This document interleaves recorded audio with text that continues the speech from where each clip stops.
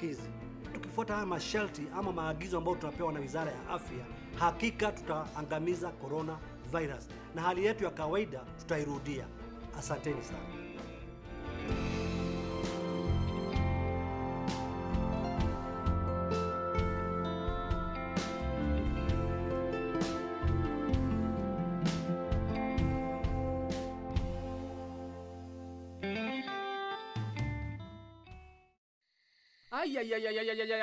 Gaki, wawezaje unituangia simu sahi Gaki?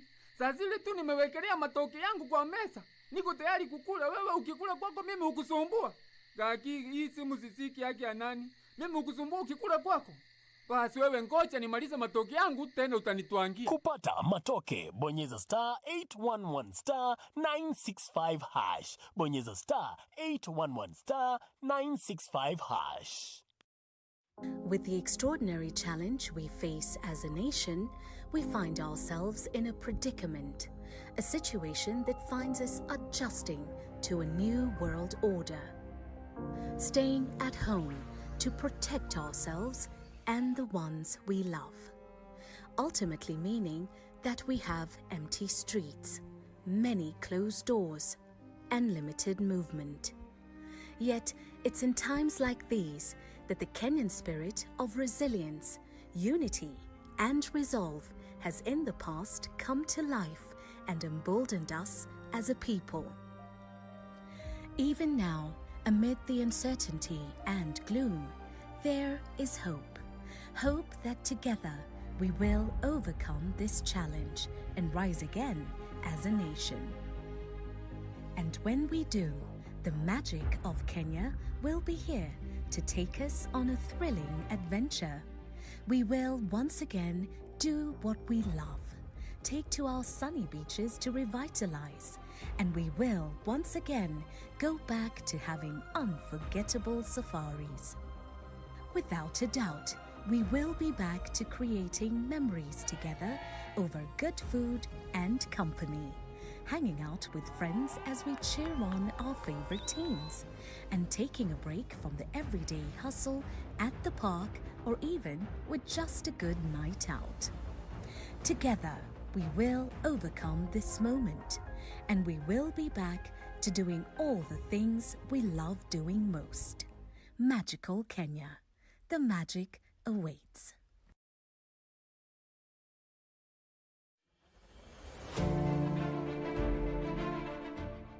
Yeyote aliye na kinga hafifu mwilini yuko katika hatari ya kuambukizwa COVID-19.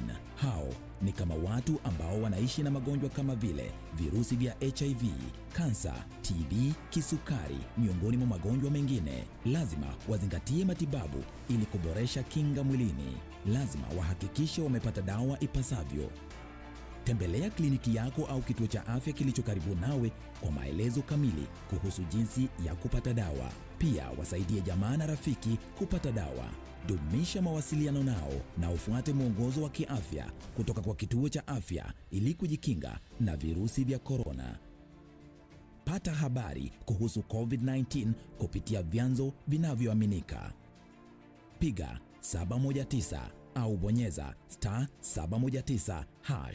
COVID-19 inazuilika. Jilinde, linda familia na jamii. Ujumbe huu umeletwa kwako na serikali ya Kenya.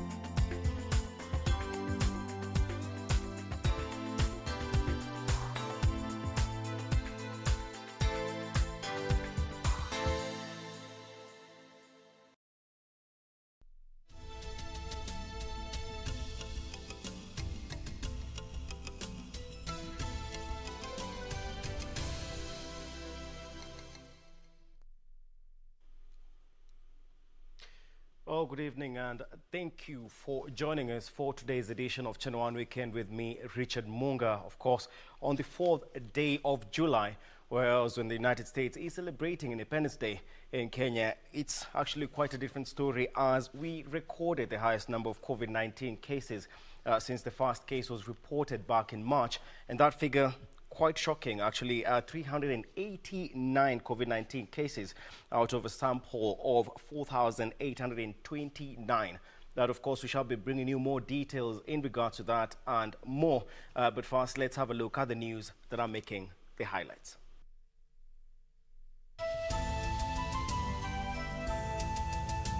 Kenya sets new record in daily COVID-19 infections, recording 389 cases over the last 24 hours.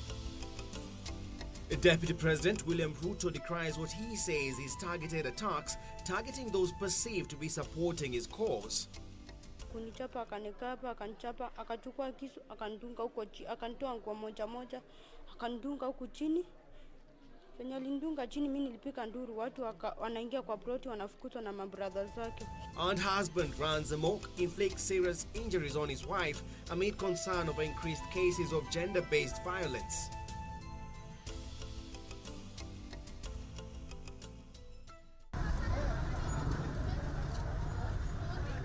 The number of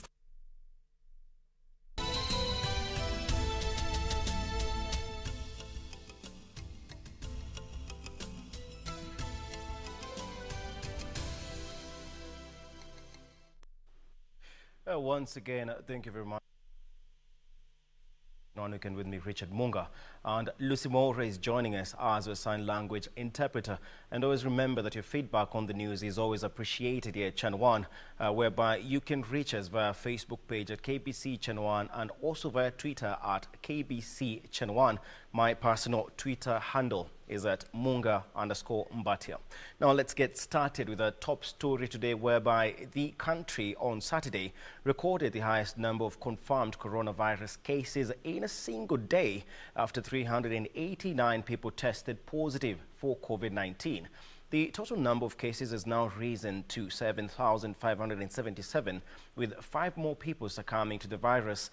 An additional 88 people have recovered, with the Ministry of Health concerned that a number of Kenyans are still ignoring COVID-19 containment measures, despite the country not being out of the woods yet.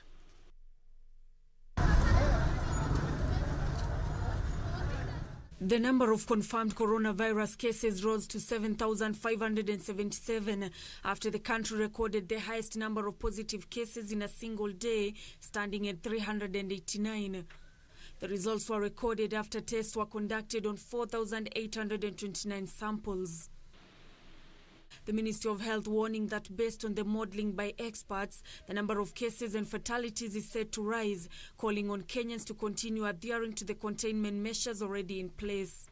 5 more people have, however, succumbed to the virus, bringing the total number of fatalities to 159, with the number of recoveries rising to 2,236. Nairobi County, however, continues to record worrying figures after it recorded 248 new cases. The most affected areas in the county include Dagoretti North, which had 55 new cases, Kibra 40 cases, Langata 33, Ruaraka 17, Westlands 14, while Embakasi East and Makadara each had 13 cases.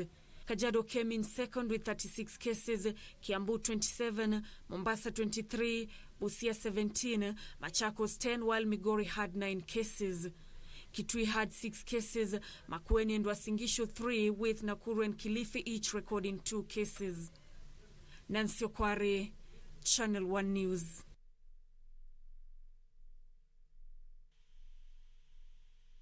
Apologies for that. COVID-19 county. We're going to be looking at the status at the moment in the counties, whereby the county governments have intensified amid expansion of their capacities to handle the already diagnosed cases. In majority of the counties, administrations are directing most of their funds towards procurement and distribution of water, especially in urban centers, to boost sanitation amid supply of relief food to the most vulnerable.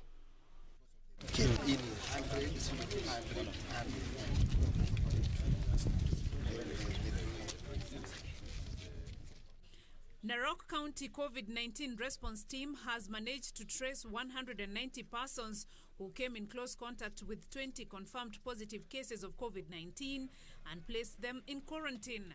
Narok Governor Samuel Ole Tunai, who inspected the construction of a 300-bed isolation facility at Ololunga Sub-County Hospital, said the 20 new cases are foreigners who work at an overseas company, noting that the 300 workers in the company have also been subjected to testing. Tunai said his county is alert and ready to handle any new COVID-19 positive cases. As the curve continues to tick upward, we must all take responsibility, as no one is safe until everyone is safe. We must therefore observe hygiene and the safety measures put in place, as control of the virus is largely based on individual discipline.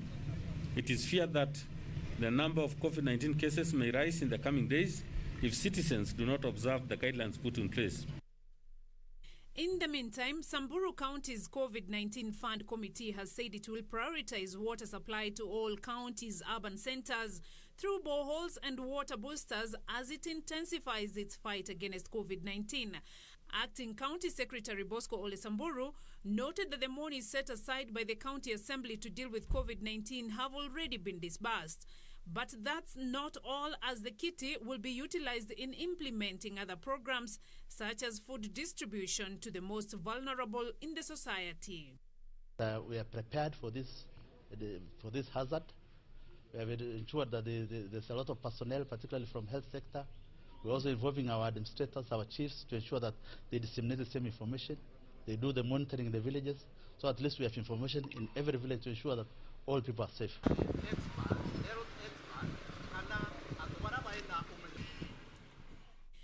Elsewhere in Tigania East, the Meru County Pastors Fellowship is urging the government to reopen churches under strict guidelines, saying that the nation needs spiritual intervention in the fight against COVID-19 pandemic.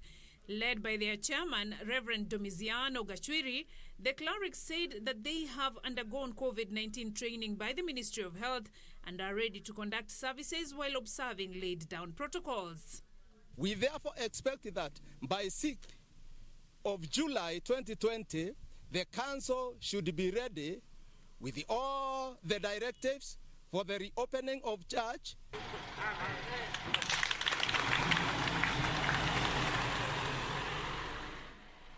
Meanwhile, Kericho Governor Paul Chepkonyi has flagged off 2,700 litres of acaricides to be distributed to 135 cattle dips across the county as a way of cushioning farmers following the outbreak of COVID-19, which has resulted in hard economic times. Chepkonyi said farmers are yet to be productive during the pandemic period and that the consignment will go a long way to assist them. These very hard economic times, where we have COVID-19, where we have not had a chance to be productive, we want to help our farmers at least to ameliorate the problems that they have economically.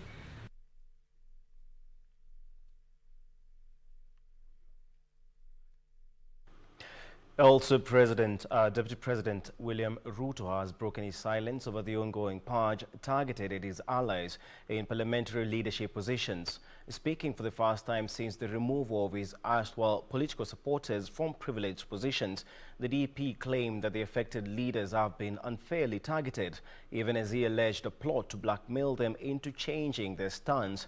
Ruto lamented at a time leaders allied to opposition chief Raila Odinga downplayed reports of emerging rifts between the former Prime Minister's camp and that of President Uhuru Kenyatta in the wake of a dispute over sharing of House committee positions left vacant after ouster of Ruto's allies.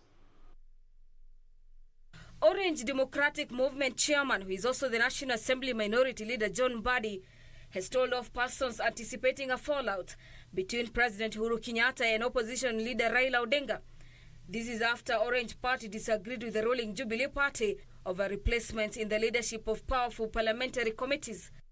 Reports that we had differences between minority and majority side.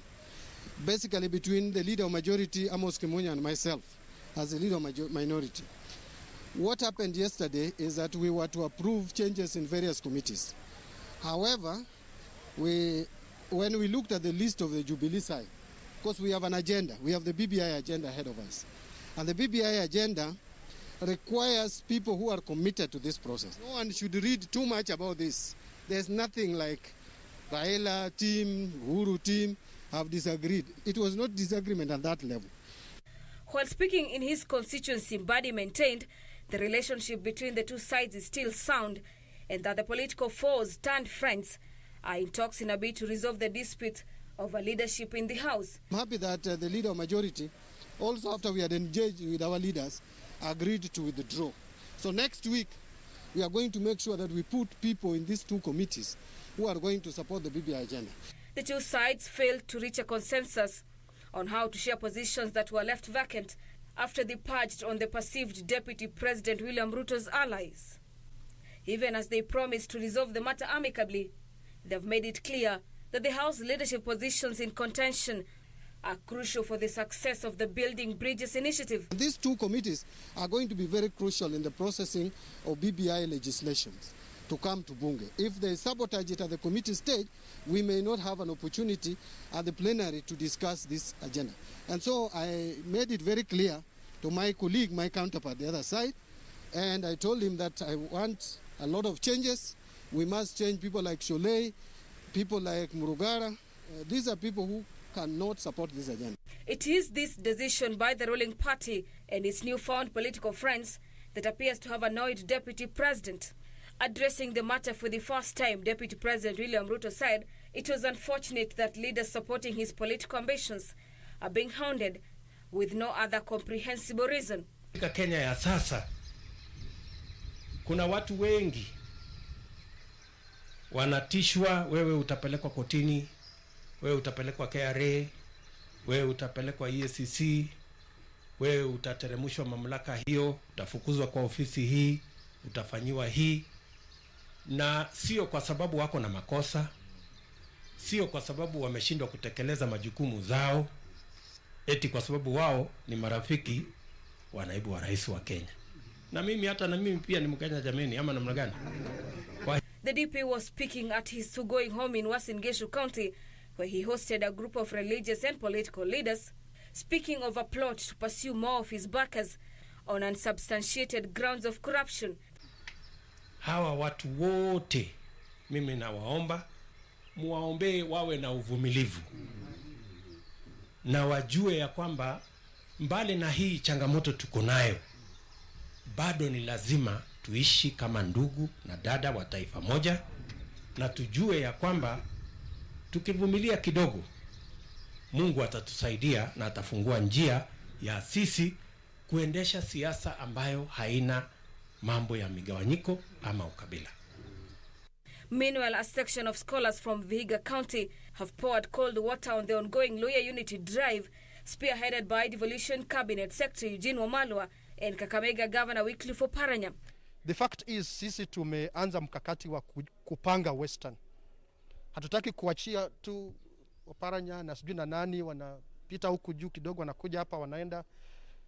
Hiyo level pia ni legitimate. Hiyo level ya viongozi wa kisiasa pale juu, hiyo ni legitimate. Kupanga kwao ni legitimate, lakini haiwezi kuwa kupanga kwa mashinani vile sisi tunaanza hapa Vihiga, na haitakuwa Vihiga peke yake. The group claims the move by the two leaders to popularize the Building Bridges initiative in the region was not genuine, and the two were only interested in fulfilling their own political ambitions. In Kirinyaga County, embattled Governor Ann Mombi Waiguru was forced to withdraw a 7-member county reconciliation team that had been picked on Friday in an effort to mediate a truce between the executive and the county assembly. The decision had hit a dead end after MCAs rejected the team, saying they were not consulted when it was formulated. The bad blood between Waiguru and the assembly heightened, following an unsuccessful impeachment of the county chief. In a statement, Waiguru said the list had been withdrawn to give room for further consultations. Reporting for Channel 1 News, I'm Gladys Mungai. A dirty game, indeed. Now, moving on to other matters, the move by the Teachers Service Commission to extend the term of Nancy Macharia as its chief executive continues to generate mixed responses. Whereas the Law Society of Kenya, alongside a lobby group, has opposed their reappointment, terming it unconstitutional. Key sector players such as the Kenya National Union of Teachers and the Kenya Union of Special Needs Education Teachers have rallied behind the renewal of her term, lamenting what they termed as unwarranted interference by outside forces. Safina Chengo reports. The term of Dr. Nancy Macharia at the helm of the Teachers Service Commission recently came to an end, and the Commission immediately went ahead and extended her time at the teacher's employer. Since then, opinion remains divided over her reappointment. The Law Society of Kenya, through its president Nelson Harvey, has already protested the renewal of her term, terming it unconstitutional. Though the term is renewable for another 5 years, LSK says the position should be subjected to the competitive process according to the TSC Act. Midrift Human Rights Network also waded in, launching a petition in court seeking to declare Macharia's reappointment null and void. Amid rejection from LSK and the rights group, Macharia, however, appears to have earned the support of other key sector players. Kenya Union of Special Needs Education Teachers officials has hit out at the LSK, accusing the lawyers' umbrella body of attempts to interfere with teachers' affairs.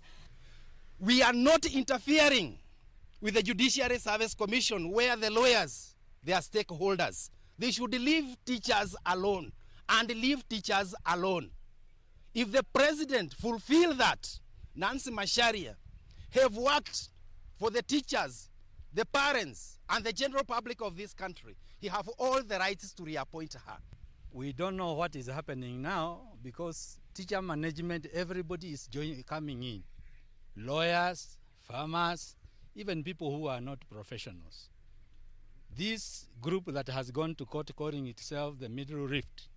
Can you identify yourself first? We don't know whether you are teachers or you are farmers or fishermen. The union wants anyone having issues against the TSC CEO not to use her reappointment to settle scores. She qualified to be reappointed. But now the people who have gone to courts or the Law Society of Kenya, they are saying that that lady must be vetted again. That's what we are disputing. Because there is no any officer in this country who have been appointed by the president and then be subjected for vetting. That's what we don't want. And we have no problem with Nancy Macharia. Whoever have the problem with Nancy Macharia, go and solve it elsewhere. The Giant Teachers Union NAT has also dismissed reports that it is behind a lawsuit challenging the reappointment of Nancy Macharia. A statement from the Secretary General, Wilson Sossion, disassociated NAT from reports that the union, through Midrift Human Rights Network, filed a petition in court challenging the appointment of Dr. Nancy Macharia as the Secretary and Chief Executive Officer of the Teachers Service Commission for another term of 5 years. The statement went further to indicate that the strained relationship between the union and the teacher's employer has improved, but such reports may ruin all that. For Channel 1 News, I'm Safin Acheng Oma. Now, Devolution Principal Secretary Charles Sunkuli is calling on parents and guardians to protect school-going girls against female genital mutilation and early marriages during the COVID-19 period. His calls coming as a family in Munga seeks justice for their daughter who was allegedly held as a sex slave by a pastor for 6 months.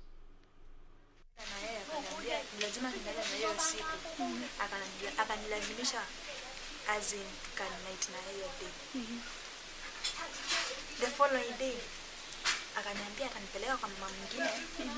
Hizo uko saidi za Matena. Akanipeleka, anaitwa Mama Ndama.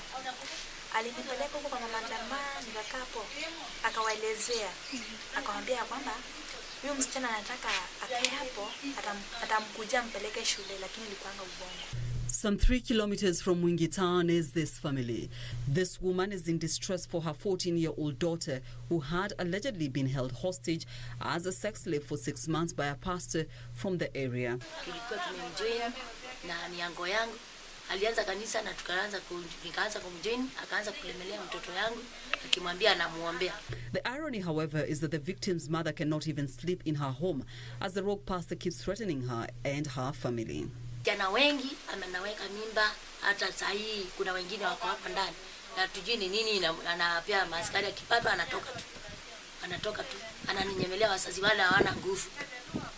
Late last year, area residents held protests against the same pastor for allegedly defiling over 20 girls and impregnated several others in the name of praying for them. Hiyo area pastor alipatikana na mtoto wa shule, na si huyo mtoto tu peke yake, ni venye tu mamake alipeleka kesi kotini ya huyo mtoto, wao wengine wamenyamazia watoto wao. Pastor alitoka na board ya 200 venye nilisikia. Sasa shida ni tangu lini kesi ya defilement, mtoto kufichwa? Hizo siku zote from January, siku yenye alipotea January 6, alipatikana na June 3rd. Pastor alipelekwa kotini na akatoka na bodi ya 200. His latest victim sat for her KCPE examination last year and scored 305 marks, but did not even report to school as he lured her into his home, where she was only rescued on 23rd of June. The matter was reported to authorities. The pastor was arrested only to be set free 2 days later. The incident coming as Devolution Principal Secretary Charles Sunkuli called on parents from the pastoralist community to protect their girls from retrogressive cultural practices to allow them pursue an education once schools reopen. Jamii hizi na wazazi, ningependa kuwahimiza kwamba tujaribu kuwalinda wasichana wetu kutokana na ndoa ya mapema na ukeketaji na pia mimba ya mapema. Earlier this week, President Uhuru Kenyatta sounded a warning to all those responsible for impregnating schoolgirls that they would face the wrath of the law. Caroline Kamau reporting for Channel 1 News. Oh, quite a disturbing report, and we can only hope that the family in Munga gets justice. Not only that family, but numerous other families who find themselves in the same situation.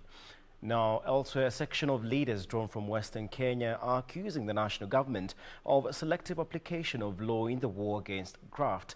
While on a tour of Kiminini constituency in Trans Nzoia, Amani National Congress leader Musalia Mudavadi and Bungoma Senator Moses Wetangula, who were accompanied by a host of MPs from the Luhya community, faulted the government for allegedly turning a blind eye on corrupt practices perpetrated by politicians who have recently pledged their loyalty to the ruling coalition.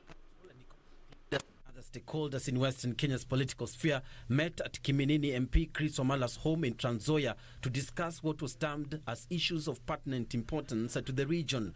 Top on the agenda was deliberations over the need for unity of purpose, economic development of the Western region, national cohesion and inclusivity. Nyumba lazima uanze kujenga na foundation. This is the foundation ya Western Kenya. Western Kenya comprising the Luhyas, Tesos, Sabotis na wale wa kutoka Mount Elgon pia. Tutembee pamoja. Solidarity nyuma ya viongozi hawa wawili as our torch bearers in national politics. Hawa ndio watapelekana na sisi. Tunaomba waende wafanye urafiki na watu kule Mombasa, Rift Valley, Central, kila mahali ili waende State House. The meeting reaffirmed the confidence of the region has on the leadership of ANC party leader Musalia Mudavadi and Bungoma Senator Moses Wetangula. The leaders would express their displeasure in the manner in which the state is handling the war on corruption. And being here today, we are telling everybody who cares to listen that we are not playing a game of poker. Hatuko kwa bahati nasibu. Tuko katika safari ambayo tunajua itatufikisha pale wazee wetu walitembea wakiangukia njiani. Upande huu mwingine rafiki yetu Atwoli anasema mvunje muwe na chama kimoja, na yeye ni life member wa KANU. Upande huu mwingine Eugene anasema hivyo, na yeye ni member wa Jubilee. Alipeana chama cha New Ford Kenya. Kwa hivyo ni lazima tujiulize wanalenga kwa nini, na ndio hiyo nimeita the new political gold rush. Wameona kwamba watu wa eneo hii wamechanuka, na wingi wao sasa utaleta mabadiliko katika Kenya. Na sasa Western Kenya region imeiva kutoa rais wa Jamhuri ya Kenya. According to Mudavadi and his colleagues, the executive appears to have abandoned the war on graft given the selective nature of the fight. The meeting resolved to front a presidential candidate in 2022.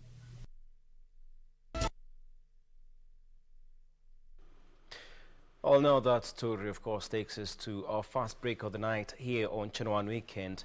But don't go too far, because when you come back, we have a lot more in store for you. But always remember, as I mentioned earlier, you can always send us your feedback on the news via our Twitter and Facebook pages. That is at KBC Channel One on Twitter, and like us on Facebook, KBC Channel One. See you shortly.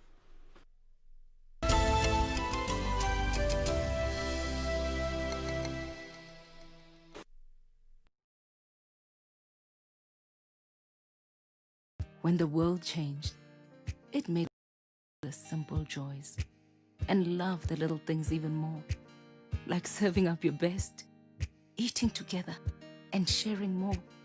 Now, we'll take nothing for granted, and always remember to taste the simple joys.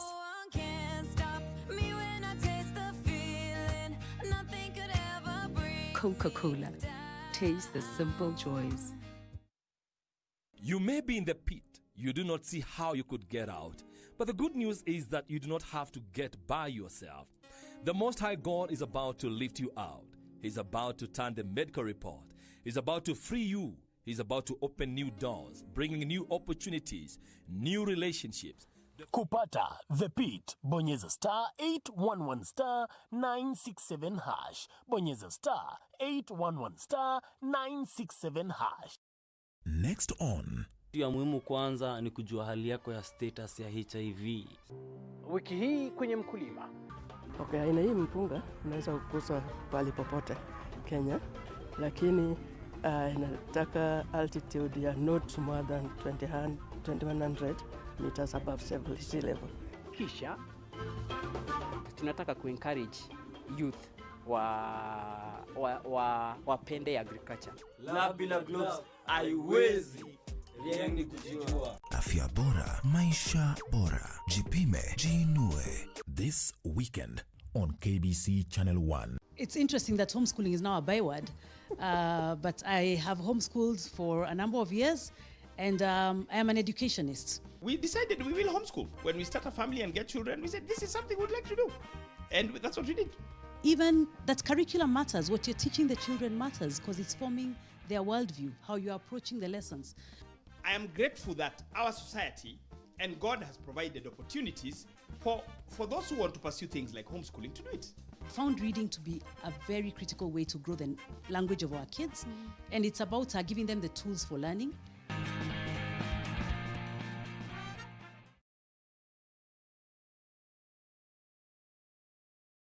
People who choose to read their Bible daily, they become wiser and they become stronger than the people who don't read their Bibles.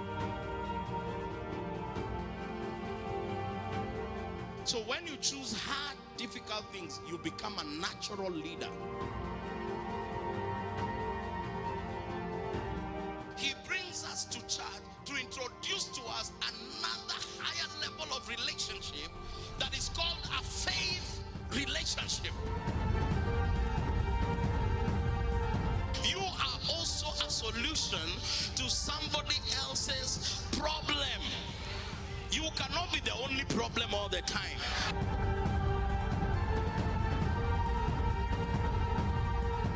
Join Pastor Jimmy Masharia on The Master's Touch this Sunday from 8 a.m. on KBC Channel 1. Wiki hii kwenye mkulima. Okay, aina hii mpunga unaweza kukuza pali popote Kenya, lakini inataka altitude ya not more than 2100 meters above sea level. Kisha tunataka kuencourage youth wapende agriculture. Usikose kujiunga nami Jumapili saa 9:30 nikupe uondo kamili.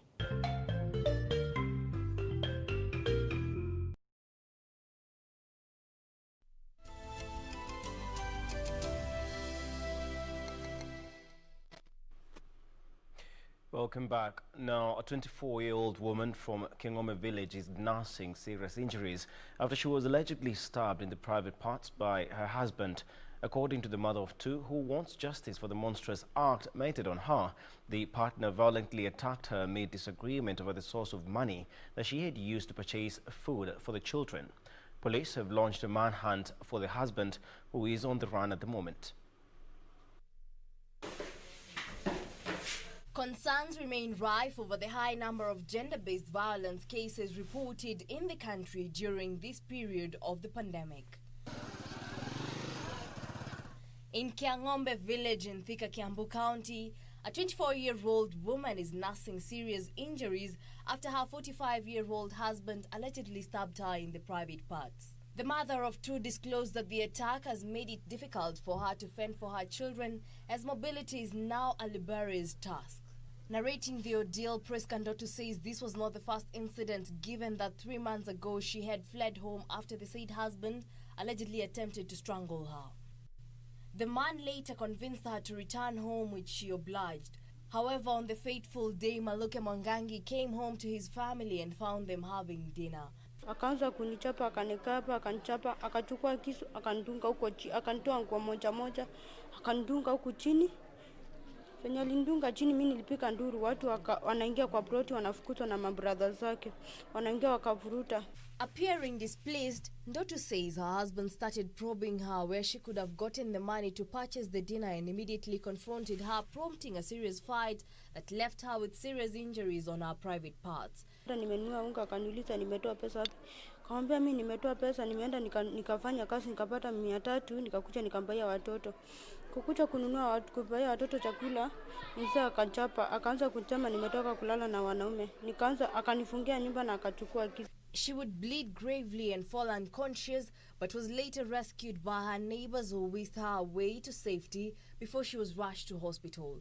Watu wakakuja wakaniokoa, mimi hata nikipelekwa sikuwa najijua, nilikuwa nimekufa na nikaacha watoto wangu. Ndoto says her life has now taken a turn as she is now forced to rely on her family and friends for assistance, as well as she now uses diapers, even as she awaits to seek further medical attention at Thika Level 5 Hospital. Mimi nataka haki yangu na ya watoto yangu.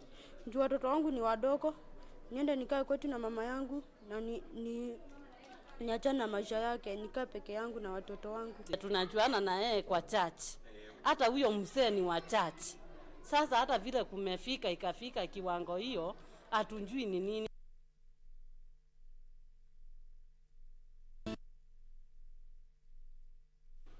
Now, the global coronavirus pandemic continues to have a serious impact on many people, more so those with pre-existing medical conditions. For some cancer patients, there is increased risk of serious illness from an infection, as their immune systems can be compromised by the disease and associated treatments, especially those undergoing chemotherapy.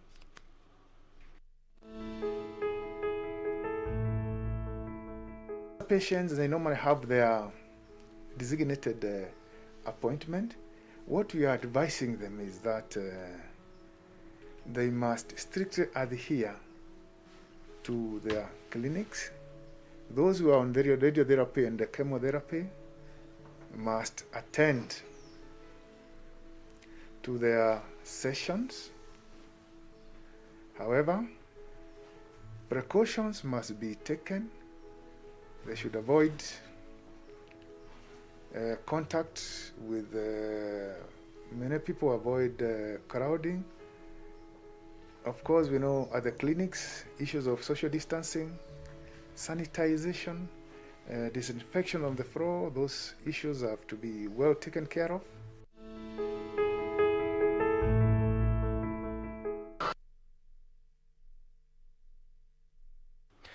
Now to other matters. Of course, a group of poultry farmers in Thika, Kiambu County have managed to stay afloat during the coronavirus pandemic by manufacturing their own chicken feeds to reduce the cost of production.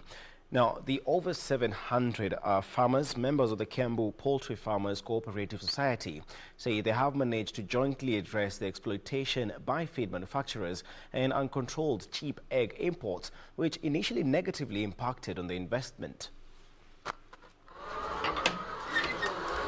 Anne Wangui has been a poultry farmer for the last 30 years.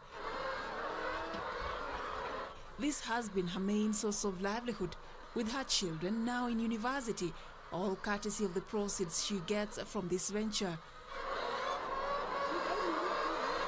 Her fortunes, however, had been hanging in the balance as a result of the increased cost of chicken feed, which she says comes with a resultant dwindling of profits. Imetusaidia sana, isipokuwa ni vile unaona hii chakula hii, tuseme chakula ya kuku saa ingine inaenda juu, bei inaenda juu, na bei ikienda juu hata mayai nayo inaenda chini. Exploitation by feed manufacturers and uncontrolled cheap egg imports is what prompted her and other poultry farmers to start the Kiambu Poultry Farmers Cooperative Society, aiming to jointly address some of the challenges that they were facing in running their businesses. Kama mayai ile inatoka Uganda inaletwa hapa kwetu Kenya, hiyo ndio inatupiga sana. Sababu ya Uganda huko wananunua na 200 ama 180 per tray. Ikiingia Kenya wanakuja kuuza na 250. Sisi tunauza na 300.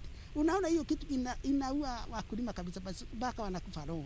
Na ukilinganisha vile tulikuwa tunanunua chakula ya kuku na bei ile tulikuwa tunauza mayai, tukaona hiyo biashara haikuwa inaleta faida yoyote. So we came together and we started this cooperative.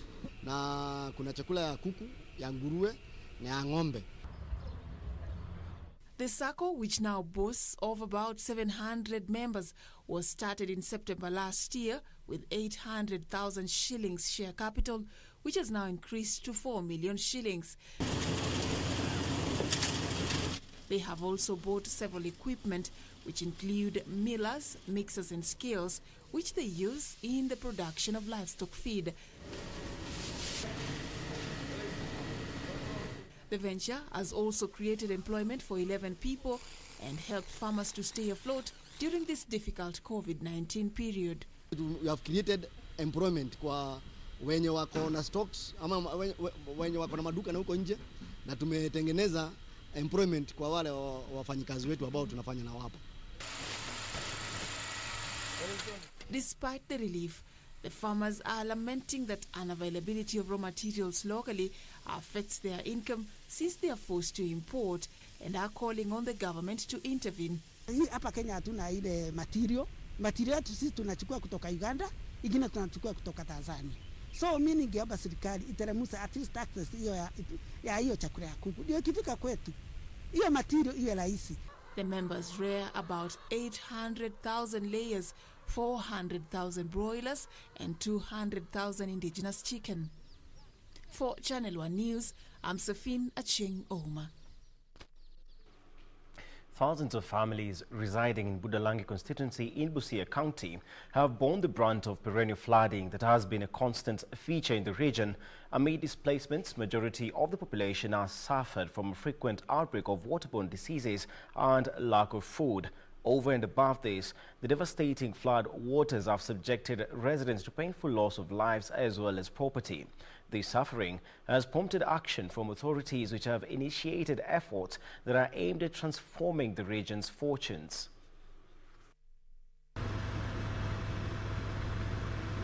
In what aptly depicts a telltale reminder of how dire the situation has been for many years in Busia County, hundreds of families remain displaced, forced to camping in nearby schools and churches.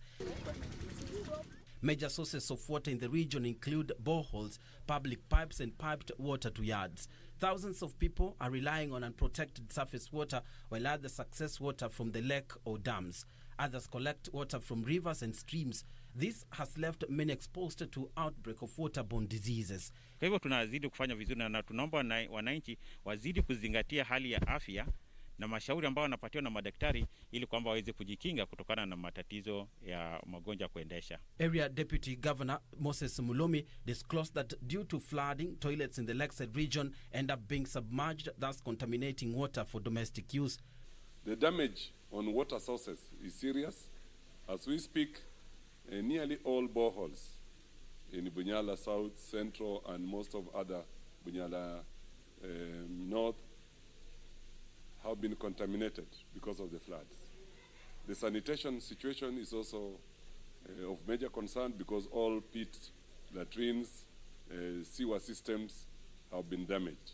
To change the narrative, the county government of Busia has in the last few years put in place a raft of measures to cushion locals from this burden. We have provided our Beyond Zero van, which is a mobile clinic. It has all the medical personnel, and this clinic, mobile clinic, has been moving from camp to camp with the necessary and requisite equipment and personnel to identify challenges and to make sure that appropriate advice is given to the communities. First, the county formed a committee to oversee the situation. As part of the solution, the county started providing water purifiers to the entire Budalangi to contain cholera. Cholera cases, actually Bunyala suffered majorly in the year 2016. 2015 there were no cases. 2016 we had 50 cases in Bunyala. 17 we had no cases, and in 2018 we had 13, another small outbreak that yielded 13 cases. 2019 there wasn't any case for Bunyala for cholera. But it should be noted that whenever we have floods and outbreaks of waterborne diseases, Bunyala normally is hit the most.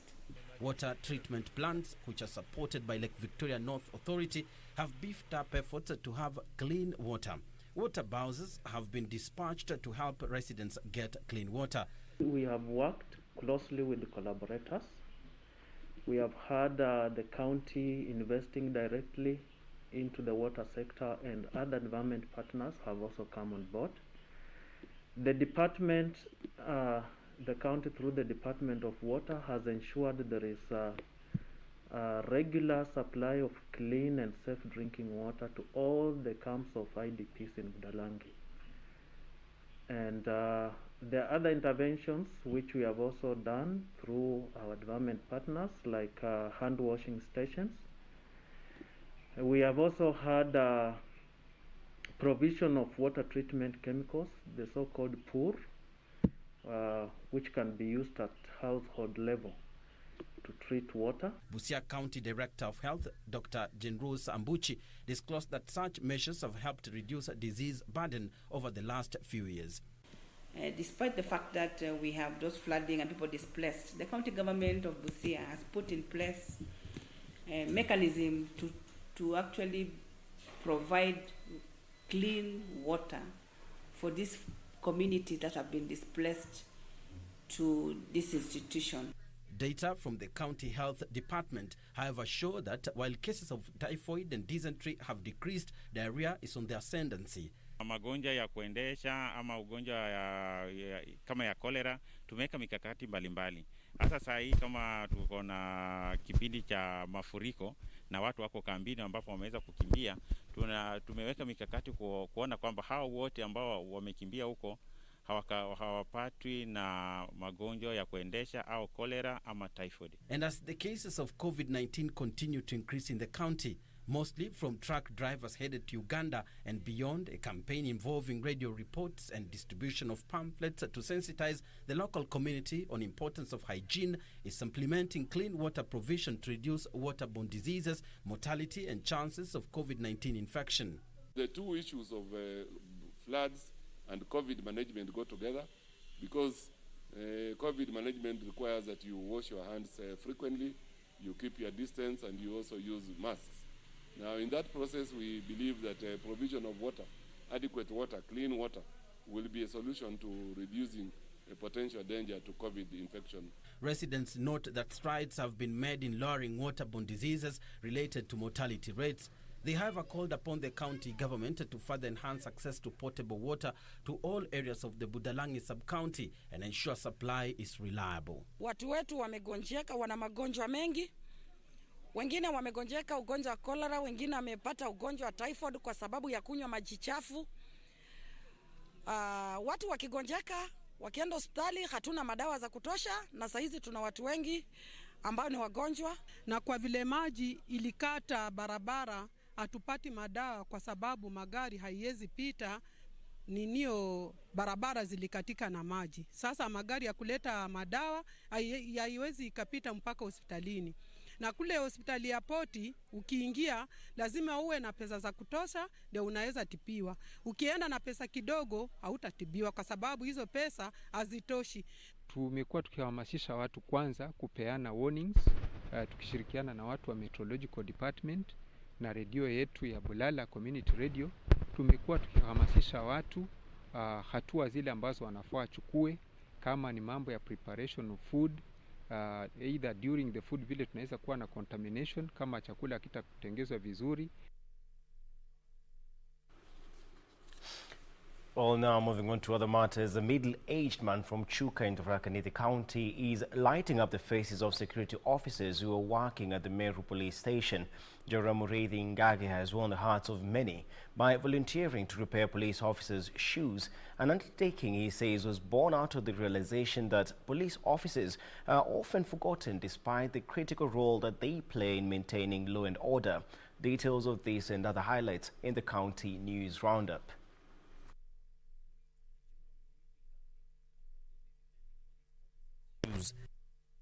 Every stitch is threaded with precision amid conversation with the officers.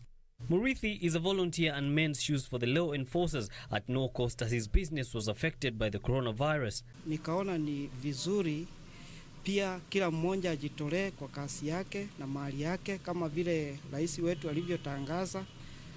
Na nilipoangalia nikaona hawa askari wetu wanafanya kazi kubwa sana.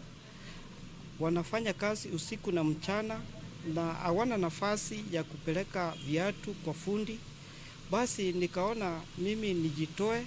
Ngage says he decided to undertake the volunteer work to appreciate the police officers who are often forgotten despite their efforts in enforcing law and order. The efforts of Ngage winning praise from Meru County Deputy Police Commander Francis Wahome. Jambo ambalo limetutia moyo hivi kwamba kuna watu wanaotujali. Jambo hili nafikiri hata litasubua mioyo yetu ya kwamba hata nasi iwe ni deni ya kuongeza juhudi zetu kuhudumia wananchi wetu. Elsewhere, residents of Majengo in Nanyuki town who took up the initiative of coming up with kitchen gardens are reaping big from supply of vegetables, reducing the burden of incurring daily costs. The program, launched by the Seedling of Victory Group, has enabled the residents have enough vegetables for not just themselves but their neighbors as well. The advantage of vertical bags, it only requires a small space, a very small space compared to that entire land there. Because when you compare the two, this one has 200 seedlings and you can see the space. But this one, it has 300 seedlings and you can compare again the space. And dairy farmers will now receive bonuses for the butterfat content in their milk in a movement to encourage delivery of quality milk.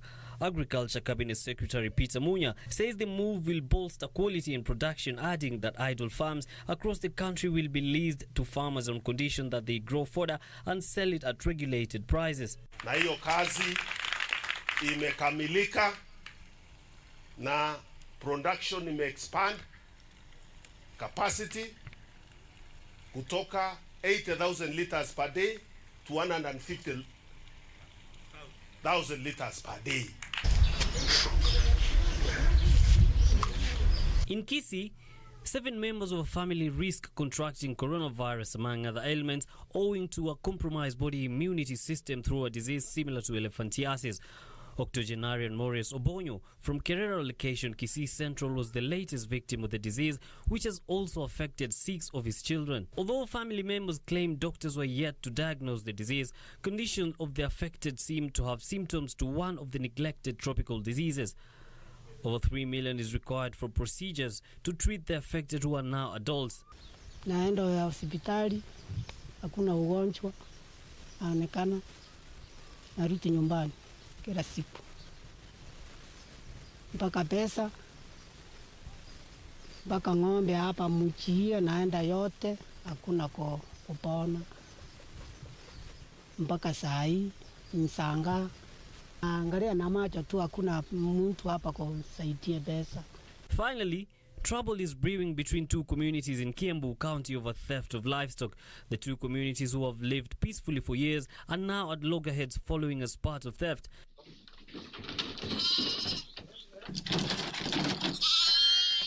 The situation was worsened when one community decided to cover over 60 kilometers to get their stolen livestock, which were 2 cows and over 50 goats.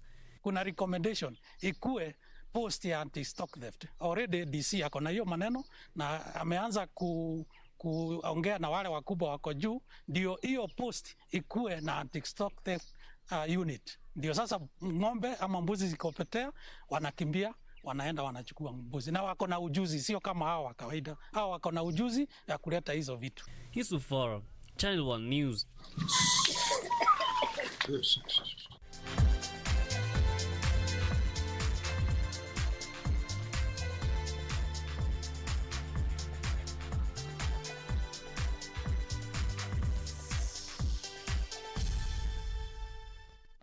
Now to news making headlines in the world of sports. And former world marathon record holder Wilson Kipsang will appeal the 4-year ban handed to him by World Athletics at the Court of Arbitration for Sport.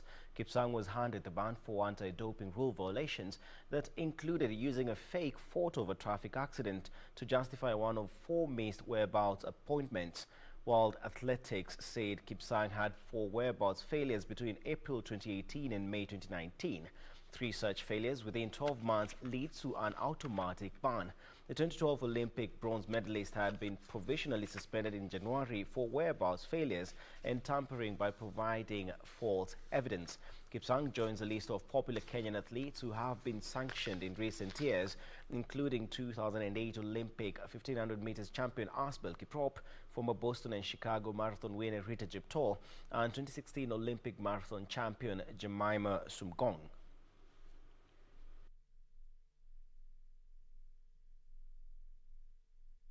Still on athletics, Athletics Kenya AK has called for collaboration between county governments and the association in refurbishing sports facilities so as to boost the growth of athletics, especially in far-flung northeastern counties. Athletics Kenya Vice President Paul Mutui said the association is set to engage Garissa County government on the construction of a modern running track at the Northeastern National Polytechnic that is in Garissa. Lack of basic training facilities has held back performance of athletes from northeastern counties. Further struggle for adequate training ground has relegated athletes from this region to playing second fiddle to their counterparts from across the country while competing for national slots. It is this imbalance that Athletics Kenya is keen to rectify in collaboration with county governments. I have just thought and said, very likely as AK, we are likely going to ask the county government of Garissa to come up and try to have at least one perfect kind of running facility. That's a track. And this one at the Polytechnic, seeing it because we have gone round, we have seen that it requires just a little bit. It requires putting a little bit of money to just scrape the grass that is, and then bring a roller, water it, and then it becomes okay. But because the way it is right now, it cannot be used. So we are going to team up together with the AK regional office here, at the headquarters, and try to find out from the local government where this can be done. First, we need to have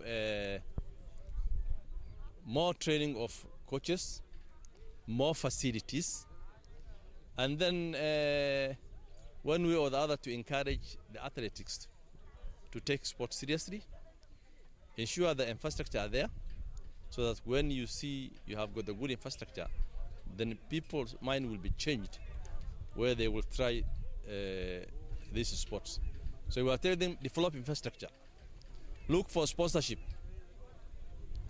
During the holidays, take the kids to a camp The number of female athletes from the region has not been impressive either in the recent past, with AKCO Susan Kamau singling out cultural inhibitions as the main driver, calling for sustained awareness to encourage women take up running. Only call upon the management or the officials of this region to talk to the young athletes who are women so that they can understand that the sport is not for men only. We have seen women make it in the other parts of the country, in the other parts of the world, and if other women from the other parts of the world, including even Asia, Europe, and even where the Muslim countries are, they are doing it and they make it and they earn money in athletics. I think even that's why we have come here to say, as Athletics Kenya, we encourage women from Northeastern to join the sport of athletics, and this is the only way we are able to move together. It is possible because we have seen it happen in other countries. Meanwhile, a total of 50 athletes from Garissa County benefited from food donation conducted by Athletics Kenya. The partnership between the Ministry of Sports and the association targeted athletes who were in a total of 20 training camps established by Athletics Kenya, preparing for the now postponed World Athletics Under-20 Championship due to COVID-19 outbreak, which was due in Nairobi this July. COVID ilipoingia wakatawanyika because of the government directive, kusiwe na makundi wanakaa pamoja, ile wanaita social distance ikipiwe. Ndiye sasa wakaambiwa waende manyumbani, na wakiwa huko nyumbani sababu wao kwa camp, labda usaidizi wao sio kamili. Ndiye tutaonelea tuwachunguze, tuonelee kama ni kweli wanafanya practice wakati wako huko manyumbani ama iko namna gani, na ndiye tushauriane na wale wana handle them, sababu tuliambia makoches wawe wakivisiti awa wanariadha waonelee ni shortcomings gani na wanatrain namna gani. To come here and ensure that we give support to the athletes who are from this region. It is one of the regions of Athletics Kenya, and when we are planning for the World Under-20, we believe that it is possible to get an athlete with proper training. We did not come here as officials only, the management. We came with some coaches. And the reason why we did that is because we really want to be sure that there is potential in this area. And yes, we have confirmed.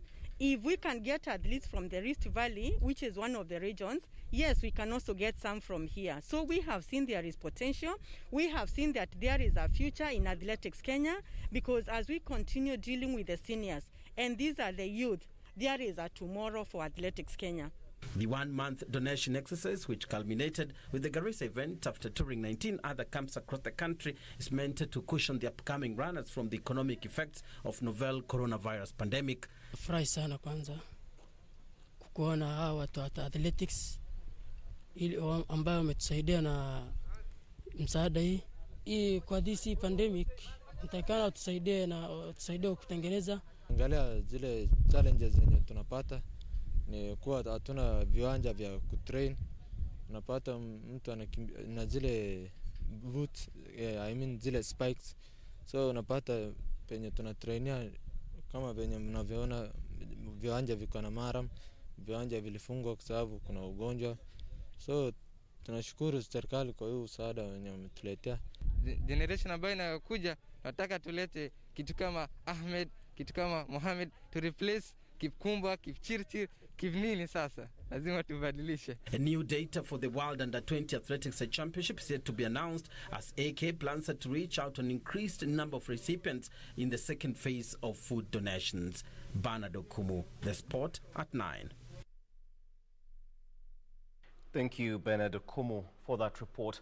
Now, international rivalry reporters beat Mercedes teammate Lewis Hamilton and Red Bull's Max Verstappen to clinch pole position in tomorrow's Austrian Grand Prix, as Formula One made a return following a 4-month break due to the coronavirus pandemic.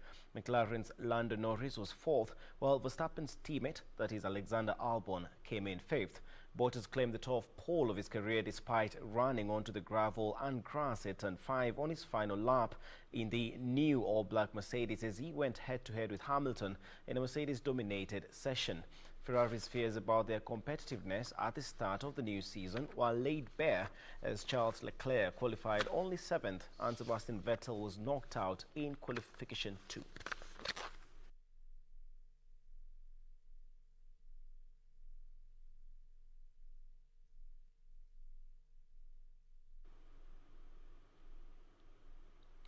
Meanwhile, forward Jamie Vardy scored his 100th goal in the English Premier League as Leicester City improved their odds of finishing in the top 4 following a 3-0 rout against Crystal Palace. Another top 4 contender, Manchester United, is temporarily up to the fourth spot on the standings after thrashing Bournemouth 5-2 in a match played at Old Trafford. But that is set to change, but only if Chelsea emerges victorious against Watford in a match that is set for later tonight. Here are a few of today's results as well as tomorrow's fixtures.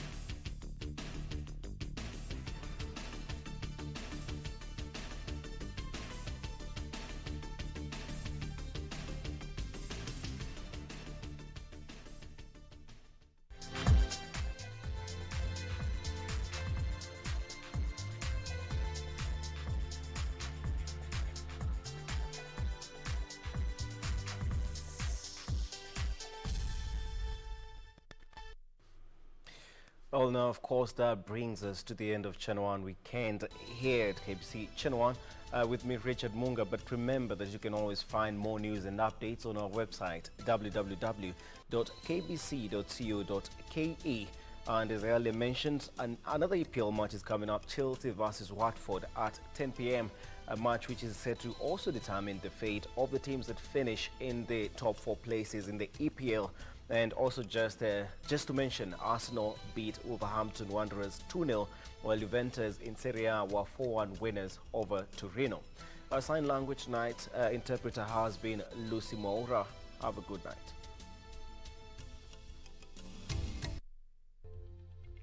Many thanks for your time. This is Channel 1 Weather Updates. A very warm welcome. My name is Irene Mchuma Odim. Scattered clouds are currently being experienced over most parts of the country.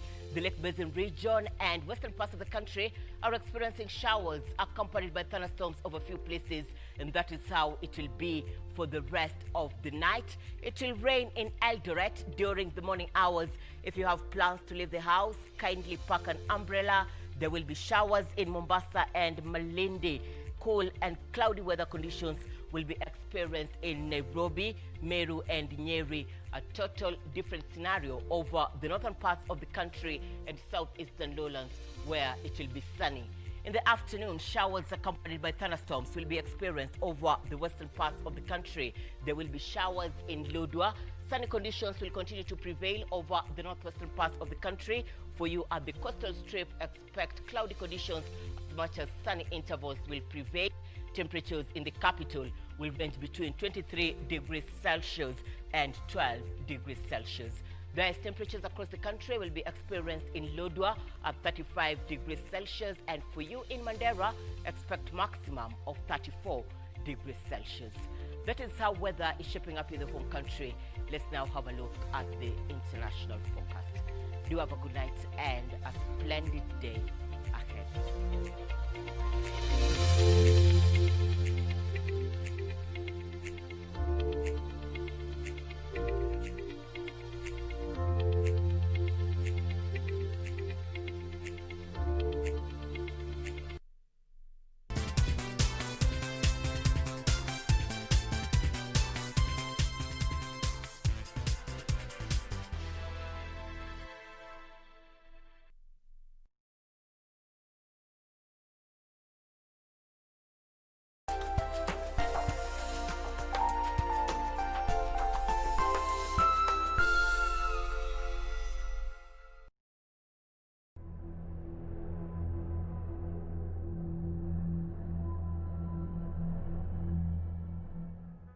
Ujambo mtazamaji wangu, mimi ni kasisi Ernest Shamwata wa kanisa la Church of God in East Africa, Kenya.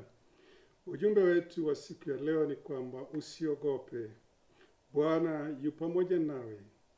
Mtazamaji mpendwa, ujumbe huu unatoka katika kitabu cha Isaia sura ya 43 aya ya 2 na ya 3. Neno lake Mwenyezi Mungu linatuambia hivi: upitapo katika maji mengi, nitakuwepo pamoja nawe, na katika mito haitakugharakisha. Uendapo katika moto hautateketea, wala mwali wa moto hautakuunguza.